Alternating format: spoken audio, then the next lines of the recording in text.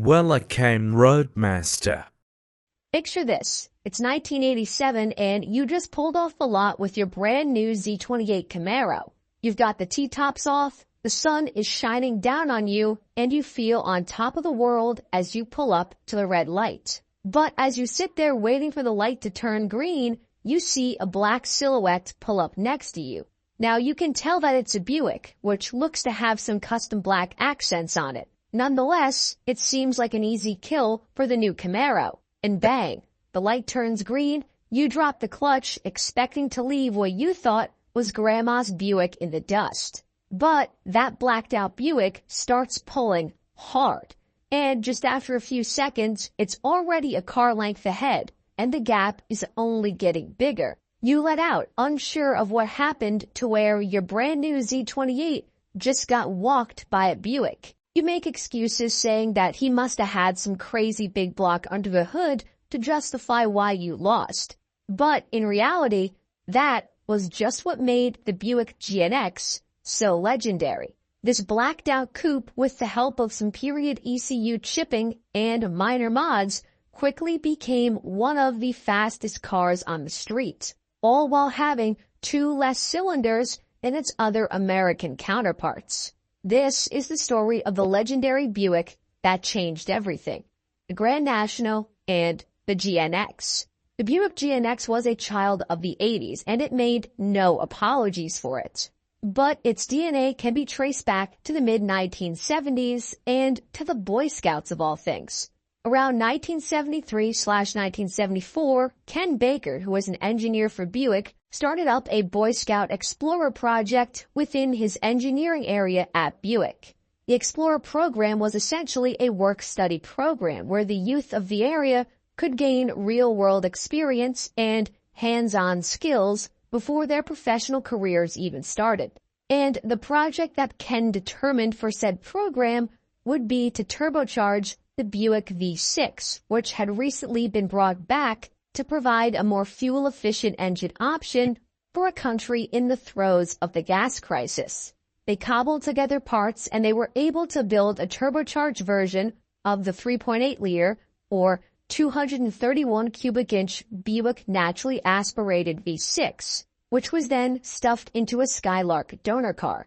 The final product caught the eye of Lloyd Roos, who was the chief engineer in charge at Buick, and he saw potential. Internal resources were shifted around, and in short order, work began on creating a potentially production-ready version of this motor to bring to the masses. Now, in the 70s, American cars and turbochargers really didn't go together that often. Sure, there was the turbocharged Corvair way earlier, and there was the Yanko Turbo Vega. But overall, turbos were pretty untapped as a potential power adder for American cars. So Buick, committing to providing the funds and R&D time to put behind this idea, showed just how outside of the norm that they were willing to go. Just like the Red Tiger F77 dashcam, who is today's video sponsor. It's no secret that a lot of people these days just can't drive, and the last thing that you would want is to be on the hook if you got into an accident because you can't prove to your insurance company that you were not at fault. Well, that's where the Red Tiger F77 comes in. With its dual 4K Sony image sensors both for the front and rear cameras, this dashcam is able to record what is happening on your drive and can clearly identify license plate numbers and even supports zoom-ins for static details, which makes it have some of the strongest imaging specs on the market. With its built-in eMMC storage, the F77 is able to offer 400% faster speeds when downloading and exporting footage compared to writing to an SD card. It would be terrible if you got into an accident and you went to check the SD card to see the video and it turns out it didn't save properly at the time of impact. Well, with the F77 dashcams, that is not a problem, even if the collision is at night, because the F77 cameras come equipped with built-in night vision technology, which ensures that the reflection of other cars' lights or the low light of night itself do not interfere with your crucial footage. With voice activation and a host of other features, the F77 makes for an amazing choice for your dashcam. And right now during their Black Friday sale, you could save 24% off on the entire range of Red Tiger products on their website or on Amazon. Use code RARECAR for the sites. And for Amazon, you can use the code 10RT4KF77 to save 24%. So click that link below and make sure to get yours today. And thank you to Red Tiger for sponsoring this video. And what better way to showcase this new engine to the world than at the good old Indy 500. Buick had the pace car slots for 1975 and 1976. In 75, they ran a 455-powered Buick Century. But for 1976, they threw this new Turbo 6 into the Century chassis in an attempt to take it mainstream as the first six-cylinder to ever be the pace car for the Indy 500. The Indy pace car Century with the Turbo 6 was not running an emissions-compliant motor by any means, and with its 20 pounds of boost that it was running, it was able to make around 300 horsepower, which was serious power for 1976. But it wasn't until 1978 that the general public would also be able to experience the new Buick Turbo 6. Initially at launch in 78, the engine was well received for its blend of power and fuel economy. But these early production turbo engines were only making around 165 horsepower and 265 foot-pounds of torque with their draw-through carburetor setup. This was the case for all the Buick Turbo 6s from 78 through 1980, which were also the final years of the pre-facelift Buick Regal, because by 1980, the production of those cars had ended, and the newly facelifted chapter that brought us the Grand National and the GNX shortly began after. In 1982, the first Buick Grand National hit the scene, although it was little more than an appearance package on the Buick Regal at first to celebrate Buick's very recent NASCAR championship win. This was a one-year-only car, and the Grand National nameplate disappeared for 1983.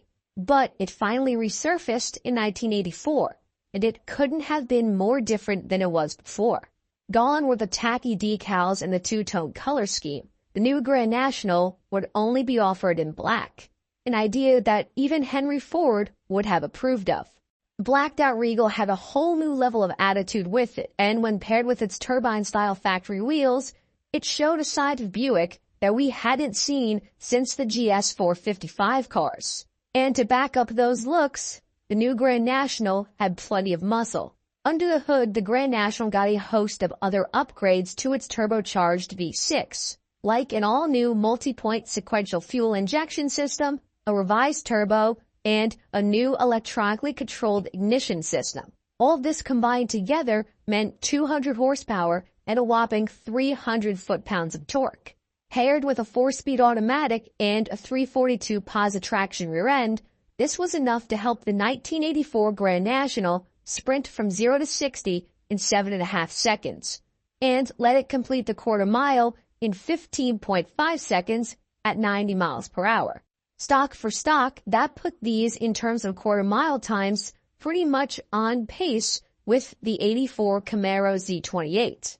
The Grand National wasn't just built for straight-line speed, though. With its upgraded shocks, springs, and larger sway bars, the Grand Nationals could actually turn pretty well for a car that weighed 3,400 pounds and had a 56-44 weight distribution.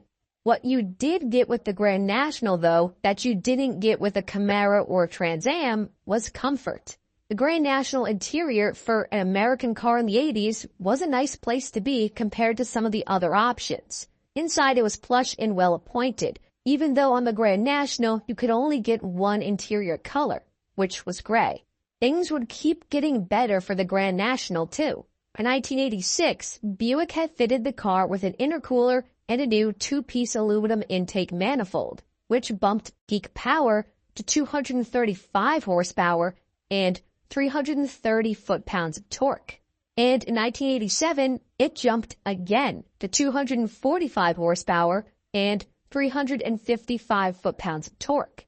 In a 1986 car and driver test, they found that the new and improved Grand Nationals were ripping off a 0 to 60 time just under 5 seconds, and they were doing a high 13s in the quarter. This made them faster than period Corvettes and Camaros, which was a crazy feat from a GM company to dethrone its own mighty Corvette. But even then, there was still the elephant in the room, or in this case, the 547 elephants called the Buick GNX, the pinnacle of Turbo 6 Buick performance. By 1987, it was clear that the direction Buick would be moving into for 1988 was going to be of the front-wheel drive variety, and with it meant the end of the Grand National as they knew it. Buick ramped up production for the 1987 model year to ensure that they filled all the orders that they had for the Turbo Grand Nationals. But that wasn't a fitting enough send-off for such an iconic car.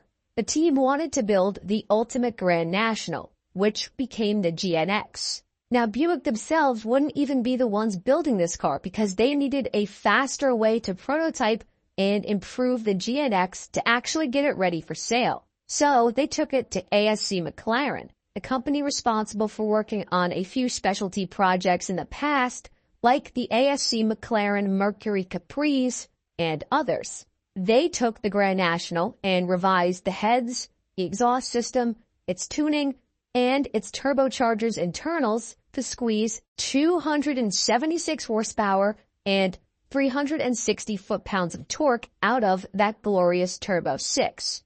The GNX's stock were rockets for 1987. 0 to 60 was done in just 4.5 seconds, and the quarter-mile times were in the mid-13s at 100 plus. Further suspension overhauls were added to make the GNX handle better, with a panhard bar and wider rubber to help stick to the pavement more. A transcooler was also added for performance driving, as were a new set of Stewart water gauges. The 547 GNX cars all shared the same black-on-black theme as the Grand Nationals. They just cranked the sinister factor up to 11 for the GNXs, with new black wheels, added fender flares, fender vents, and the badass new GNX badging, complete with a serial number plaque inside for each car. Initially, 500 cars were meant to be built, one for each of the 500 best-performing Buick dealers. But the final production included 47 other dealers for a total of 547 cars. Retailing at nearly $30,000 in 1987, the GNXs were a pretty penny. But if you weren't as well off to afford a $30,000 car back then, and you wanted GNX level of performance out of your Grand National, there was still hope for you though, because this was the 80s. This was the age of performance chips and very early ECU tuning. Couple that with a turbocharger that you could squeeze some extra boost through, and you could really gain pretty serious power with these Turbo 6 cars without having to open up the motor. Plenty to get a regular Grand National to walk any stock period Camaro or Corvette, which was what made it such an icon. The all blacked out paint scheme, the world-beating performance of the GNX, and the intrigue that a Turbo 6 evoked when it sat on top of the food chain for American cars in that period all came together to form the legend of the black Turbo Buicks. The cars that managed to define a decade of American performance by flipping the script on the classic V8 rear-wheel drive combo. In total, just about 29,000 Buick Grand Nationals were built from 1984 to 1987, in addition to the 547 Buick GNXs, which makes these cars pretty rare. So if you're trying to get your hands on one of them, I'd recommend you do so soon, because it doesn't look like these cars are showing any signs of slowing down in the value department. But that about wraps it up for this video. Thank you all for watching yet another